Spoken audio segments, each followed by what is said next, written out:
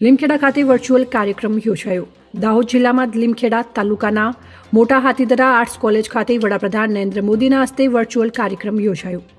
વિકસિત ભારત વિકસિત સંકલ્પ આવાસ અર્પણ ઐતિહાસિક કાર્યક્રમ 182 વિધાનસભા ક્ષેત્રે વડાપ્રધાન નરેન્દ્ર મોદીના હસ્તે વર્ચ્યુઅલ માધ્યમથી 2,993 કરોડના ખર્ચે 1,31,454 લાખ આવાસોનું ઈ લોકાર્પણ કાર્યક્રમ લીમખેડા 131 વિધાનસભા મત વિસ્તારના લીમખેડા તાલુકાના હાથીદરા આર્ટ્સ કોલેજ ખાતે યોજાયો હતો.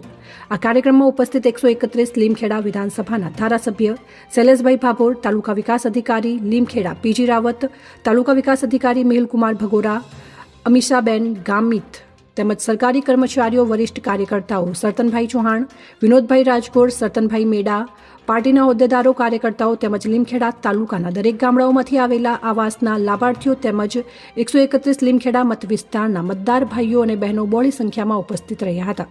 સાથે લાઈવ ટેલિકાસ્ટના માધ્યમથી કાર્યક્રમને નિહાળવામાં આવ્યો હતો. અહેવાલ એસએમ ભગોરા, લીમખેડા, દાહોદ.